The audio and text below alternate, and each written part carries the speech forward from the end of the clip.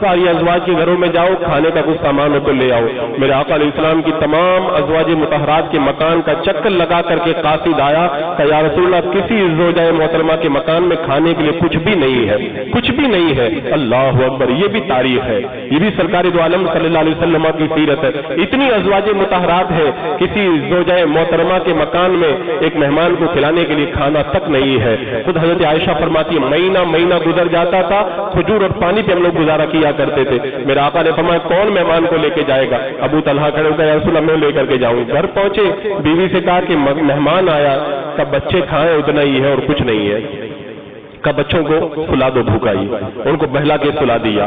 کہا وہ مہمان تو ہمیں بھی کھلائے گا، کیا کرے؟ کہا اس کے لیے ایسا کرنا چراغ کی بتی درست کرنا، بجھا دینا، اندھیرے میں کھائیں گے، ہم ایسے ہی ہاتھ ہلائیں گے اس کا پیٹ بھر جائے گا۔ چراغ کی بتی درست کرنے لگی، دسترخوان لگ گیا اور جان بوجھ کے چراغ بجھا دیا۔ بولے چراغ بجھ گیا، اب کھانا کھانے لگے، ایسے ہی منہ ہلانے لگے، مہمان نے پیٹ بھر کے کھا لیا۔ آج ایسا نیکی کا نشہ کہاں ملے گا؟ بندہ اپنے بچوں کو بھوکا سلا دے، خود بھوکا سو جائے، اور جب بندہ اس طرح سے نیکی کے نشے میں مخمور ہوتا ہے۔ صبح کا وقت ہوا، سرکار دو عالم صلی اللہ علیہ وسلم کی بارگاہ میں ابو طلحہ پہنچے۔ رب نے فرمایا ابو طلحہ اللہ تیرے اور تیری بیوی ام سلیم کے اس کام سے بہت خوش ہو گئے۔ اللہ نے قرآن میں آیت کریمہ نازل فرما دی، وَيُؤْثِرُونَ عَلَىٰ أَنفُسِهِمْ وَلَوْ كَانَ بِهِمْ خَصَاصَةٌ۔ یہ ہوتا ہے نیکی کا نشہ، مال بندہ قربان کر دے، بھوکا رہنا گوارا کر لے، لیکن نیکی ترک کرنا بندہ گوارا نہیں کرتا ہے۔ کتنی مثالیں ہیں اس نشے کی۔ اور ایک نشہ ہوتا ہے نیکی کا، بندہ کلمہ حق بولتا ہے، اس کے لیے جان چلی جائے پرواہ نہیں کرتا۔ امام حسین رضی اللہ تعالیٰ عنہ کا کردار آپ دیکھ لیں، کیا تھا؟ اللہ کی محبت کا نشہ ہی تو تھا، پورا گھرانہ لٹا دیا۔ آخری وقت آ گیا تب بھی یزیدیوں نے یہی کہا اب بھی بیعت کر لو تو چھوڑ دیں گے۔ امام حسین نے کہا اگر مجھے یزید کی بیعت ہی کرنا ہوتا تو میں علی اکبر اور علی اصغر کو کیوں قربان کرتا، میں ان ازواج کی تکلیفوں کو کیوں گوارا کرتا، میں کبھی بھی باطل کو گوارا نہیں کر سکتا۔ امام حسین نے زیر تلوار سجدہ کیا، اپنی گردن کٹانا گوارا کیا، لیکن حق سے پیچھے ہٹنا گوارا نہ کیا۔ امام مالک رحمۃ اللہ تعالی علیہ کو آپ دیکھ لو، امام مالک روضہ رسول کے سامنے خلیفہ منصور اس زمانے کے بادشاہ کے سامنے بولنے کے لیے جگر چاہیے، وہ سیدھا تلوار اٹھاتے تھے۔ منصور نے آواز بلند کی، امام مالک نے آواز نیچے کر، تجھے پتا نہیں سرکار کی بارگاہ میں تو کھڑا ہے۔ یہ ہوتا ہے کلمہ حق کا جذبہ۔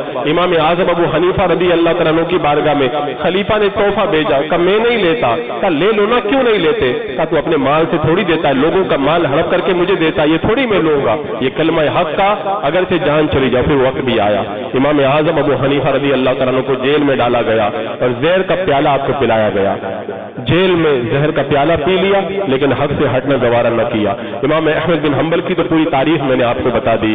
قاضی نے کہا تھا، کان میں کہا تھا کہ کہہ دو کہ قرآن مخلوق ہے، میں تمہیں بچا لوں گا، لیکن امام احمد بن حنبل نے کوڑے کھا لیے، جان چلی جائے گوارا ہے، لیکن حق سے ہٹنا آپ نے فرمایا مجھے گوارا نہیں ہے۔ عزیزان مکرم، یہ نشہ محبت الہی جب بندے کو چڑھ جائے، اور میں بات کروں اگر اس محبت کی، بندہ اگر اس محبت کے اندر پوری طریقے سے سرشار ہو جائے تو کیا کیفیت ہوا کرتی ہے۔ سرکار غوث اعظم دستگیر رضی اللہ تعالیٰ عنہ کی تاریخ پڑھ لیں، جو 2 قطرے پی لیتا ہے نا، 2 قطرے، وہ اپنے آپ میں نہیں رہتا ہے، وہ اپنے آپ میں نہیں رہتا ہے۔ حضرت شیخ منصور حلاج نے آسمان سے اترنے والے بہن کے لیے اس پیالے میں سے 2 قطرے پیے تھے، کہا تھا میں اللہ کی راہ میں جان دینے کے لیے تیار ہوں۔ پورا واقعہ اعلیٰ حضرت سرکار نے تحریر فرمایا فتاوی رضویہ شریف کے اندر، فرماتے بہن رات میں غائب ہو جاتی تھی، حضرت منصور حلاج نے کہا میری بہن کہاں جاتی ہے، میں تلاش کروں گا۔ ایک دن رات میں سو گئے، بہن کا پیچھا کیا، اور بہن کا پیچھا کرتے کرتے جب پہنچے تو دیکھا بہن پوری رات عبادت کر رہی ہے۔ صبح کا وقت جب قریب ہوا، آسمان سے ایک پیالہ اترا، بہن نے جب پیالے کو منہ لگایا نا، پیچھے سے منصور حلاج جھاڑیوں میں سے نکل کر کے آیا، کہا بہن 2 قطرے میرے لیے بھی بچا دے، تجھے خدا کا واسطہ۔ حضرت منصور حلاج نے 2 قطرے پیے تو آواز آئی، کون ہماری راہ میں جان دے گا؟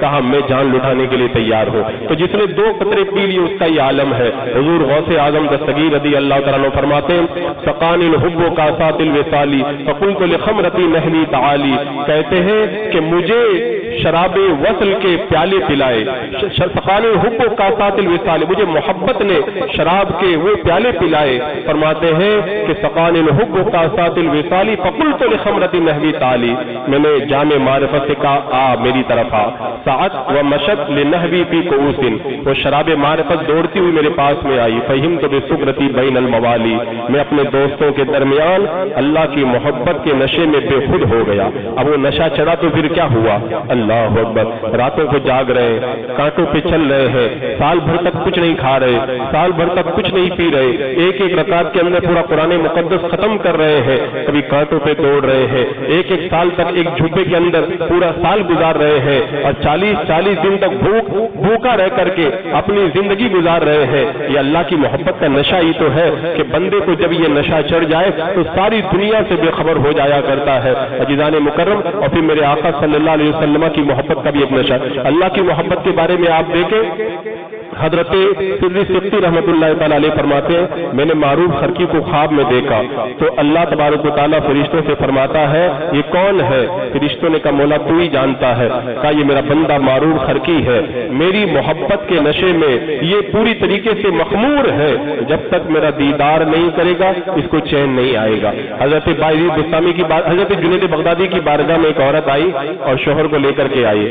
شوہر نے کہا کہ حضور مسئلہ بتائیے، میں دوسری شادی کرنا چاہتا ہوں، میری بیوی دوسری شادی کرنے نہیں دیتی۔ تو حضرت جنید بغدادی کی بارگاہ میں وہ عورت کہتی ہے کہ حضور کیا غیر محرم کا چہرہ دیکھنا جائز ہے؟ فرمایا نہیں۔ کہ اگر چہرہ دیکھنا جائز ہوتا میں اپنے چہرے سے نقاب اٹھا دیتی، آپ میرا چہرہ دیکھ لیتے تو آپ کو پتہ چل جاتا کہ میری جیسی خوبصورت عورت جس کے پاس میں ہو اس کو دوسرے نکاح کی کیا کوئی ضرورت ہے؟ حضرت جنید بغدادی نے سنا تو چیخ ماری اور بے ہوش ہو کر کے گر گئے۔ ہوش آیا تو لوگوں نے پوچھا کیا ہوا تھا؟ کہا اس عورت نے جب کہا نا کہ اگر میرا چہرہ آپ دیکھ لیتے تو دوسری شادی کی آپ اجازت نہیں دیتے۔ کہا اس کی بات سن کر مجھے اللہ کی بات یاد آ گئی کہ رب فرماتا ہے کہ میں جس کا خدا ہوں وہ کسی اور کے پاس کیوں جاتا ہے، جس کا میں خدا ہوں وہ کسی اور کے پاس کیوں جاتا ہے۔ تو یہ اللہ کی محبت کا نشہ ایسا ہوتا ہے بندے کو جب چڑھتا ہے ساری دنیا بندہ فراموش کر دیتا ہے۔ اور پھر میرے آقا کی محبت، اللہ کے رسول علیہ السلام کی محبت کا جب نشہ حضرت حبیب بن زید کو چڑھا، مسلمہ کذاب نے نبی ہونے کا دعویٰ کیا، سرکار کی بارگاہ میں خط لکھا ایسا کریں آدھے عرب کے نبی آپ ہو جائیں، آدھا عرب مجھے دے دے، یا اپنی زندگی حیات ظاہری میں آپ نبی رہے اور آپ کے وصال کے بعد نبی مجھے بنا دے۔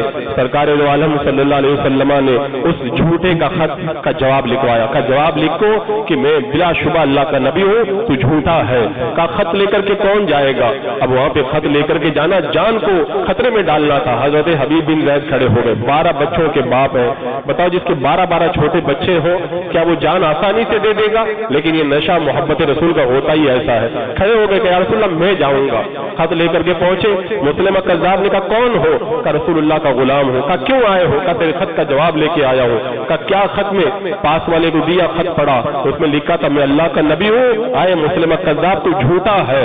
جب پڑھا تو آگ بگولا ہوا، تلوار کھینچ لی، کہا بتا محمد کے بارے میں کیا کہتا ہے صلی اللہ علیہ وسلم؟ کہا بلا شبہ وہ اللہ کے رسول ہے۔ کہا بتا میں کون ہوں؟ کہا مجھے نہیں سنائی دیتا تو کیا کہہ رہا ہے، میں تو بہرا ہوں، گونگا ہوں۔ کہا اللہ کے رسول کے بارے محمد کے بارے میں کیا کہتا ہے؟ بولے اللہ کے نبی ہے۔ کہا میرے بارے میں کیا کہتا ہے؟ کہا مجھے کچھ بھی نہیں سنائی دیتا تو کیا کہہ رہا ہے، مجھے نہیں سمجھ میں آتا تو کیا کہتا ہے۔ اور جب سرکار کے بارے میں پوچھتا تو کہتے وہ اللہ کے نبی۔ کہتا بڑا عجیب بندہ ہے تو، جب نبی کے بارے میں پوچھے تو تجھے سنائی دیتا ہے اور میری بات آئے تو بہرا بن جاتا ہے۔ کہا اگر تو نے مجھے نبی نہ مانا تو میں تجھے قتل کر دوں گا۔ کہا یہ تو میں گوارا نہیں کر سکتا۔ ایک ہاتھ کاٹ دیا، کہا بتا میں کون ہوں؟ کہا تو جھوٹا ہے۔ دوسرا ہاتھ کاٹ دیا، کہا بتا میں کون ہوں؟ کہا تو جھوٹا ہے۔ ایک پاؤں کاٹا، پھر دوسرا، بدن کا ایک ایک جوڑ کٹتا گیا اور آپ یہی کہتے رہے اللہ کے رسول سچے نبی ہے، تو جھوٹا ہے، یہاں تک کہ جب پورا بدن کٹ گیا آخری سانسیں تھی تب بھی یہی کہتے رہے میرے آقا صلی اللہ علیہ وسلم اللہ کے نبی اور آخری نبی ہے اور تو جھوٹا ہے۔ اپنی جان دینا گوارا کیا، لیکن عشق و محبت کا پیغام جھٹلانا آپ نے گوارا نہ کیا۔ یہ ہوتا ہے اللہ کے رسول کی محبت کا نشہ۔ حضرت طلحہ بن برا کو جب یہ نشہ چڑھا، بچپن کے اندر ایمان لائے، سرکار کی بارگاہ میں کہا ایسے جو کہیں گے وہی کروں گا۔ میرے آقا نے فرمایا کرو گے؟ کہا کروں گا۔ کہا جاؤ اپنے باپ کا سر کاٹ کے لاؤ۔ دوڑ کر کے گئے اپنے باپ کا سر کاٹنے، میرے آقا نے فرمایا آ جاؤ، میں تو تمہارا امتحان لے رہا تھا۔ یہ ہوتا ہے سرکار کی محبت کا نشہ۔ نشہ. میرے آقا علیہ السلام کا وصال ہوا, ایک عورت آئی حضرت عائشہ کے پاس, کہا کہ سرکار کے روزے کی مجھے زیارت کرا دو. جب اللہ کے رسول کے روزے پہ گئی نا, روزہ دیکھا تو بس بے قابو ہوئی اور وہیں پر جان دی اور وہیں پر گر کر کے انتقال کر گئی. یہ ہوتا ہے اللہ کے رسول کی محبت کا نشہ. حضرت بلال کے انتقال کا جب وقت آیا تو بیوی نے کہا ہائے, یعنی میرے شوہر کا انتقال ہو رہا. بلال نے کہا نہیں, افسوس کی ضرورت نہیں, بڑی خوشی کی بات ہے, واہ تربا واہ تربا, بڑی خوشی کی بات ہے, کل تو اللہ کے رسول سے میری ملاقات ہو جائے گی. یہ ہوتا ہے عشق رسول صلی اللہ تعالی علیہ وسلم کا نشہ. حضرت علی کی گود میں میرے آقا سر رکھ کر کے آرام کر رہے ہیں, نماز جا رہی ہے لیکن سرکار کی محبت دے کے ہلنا گوارا نہیں کر رہے. حضرت ابوبکر صدیق غار میں ہے, سانپ کاٹ رہا ہے, زہر کا اثر چڑھ رہا ہے, آنکھوں سے قطرے گر رہے لیکن پاؤں نہیں ہلا رہے, میرے آقا کو کوئی تکلیف نہ ہو جائے. ایک صحابی گھر پہ ہے, آتے ہیں سرکار کی بارگاہ میں, چہرہ اترا ہوا. کیا بات ہے, اداس کیوں؟ کہا یا رسول اللہ گھر پہ تھا, یاد آیا کہ گھر پہ جب آپ کو نہیں دیکھتے تو بے قراری ہوتی ہے, بارگاہ میں آتے چہرہ دیکھتے بڑا سکون ملتا ہے. یا رسول اللہ تو انتقال کے بعد میں آپ تو جنت کے اعلیٰ درجوں میں رہیں گے, ہم آپ کو کیسے دیکھیں گے؟ یہی سوچ کر کے آج مجھے بڑی پریشانی ہو رہی ہے. تو رب نے آیت کریمہ اتاری کہ جو محبوب سے پیار کرتا وہ قیامت کے دن محبوب ہی کے ساتھ میں رہے گا. تو یہ اللہ کے رسول کی محبت کا نشہ. عزیزان مکرم, میں نے یہ جو باتیں آپ کے سامنے رکھی ہے نا, میں آپ کو یہ پیغام دینا چاہتا ہوں. آج دنیا کیسے کیسے نشوں میں گرفتار ہے, مال کا نشہ, دولت کا نشہ, حسن کا نشہ, محبت کا نشہ, اور پھر جو ہے وہ گندا نشہ, اور پھر موبائل کا نشہ, اور کوئی طاقت اور حکمرانی کا نشہ. ان سارے نشوں کے بیچ میں اللہ اس کے رسول کی محبت کا نشہ اپنے اوپر قائم کرو, زندگی بدلے گی. یہ نشہ جب چڑھتا ہے تو کیا ہوتا ہے؟ حضرت یوسف علیہ السلام کو حضرت زلیخا نے گناہ کی دعوت دی نا, اور پھر جیل میں جانے کی باری آ گئی. کیا کہا تھا حضرت یوسف علیہ السلام نے؟ یہ جملہ سن لینا بندہ تو اس کی زندگی میں تبدیلی آنا چاہیے. میرا رب قرآن میں فرماتا ہے, یوسف علیہ السلام نے کہا رب السجن احب الی مما یدعوننی الیہ, اے اللہ مجھے جس گناہ کی طرف یہ بلا رہی ہے نا, اس سے تو جیل میں جانا مجھے زیادہ پسند ہے. جیل میں جانا زیادہ, یہاں بندہ جیل میں جانے کی بات ہی نہیں, اللہ کو راضی کرنے کی بات ہے, پھر بھی گناہ کر بیٹھتا ہے اور اپنی آنکھوں کو آوارہ کرتا ہوا نظر آتا ہے. حضرت یوسف علیہ السلام کہتے ہیں مولا میں جیل میں چلا جاؤں, مجھے یہ ٹھیک لگتا ہے, لیکن میں گناہ کی طرف نہیں جانا چاہتا. یہ ہوتا ہے نشہ محبت. بندے کو جب چڑھ جائے, اللہ کو راضی کرنا وہ ہمیشہ گوارا کرتا ہے, اللہ کی ناراضگی کبھی وہ گوارا نہیں کیا کرتا ہے.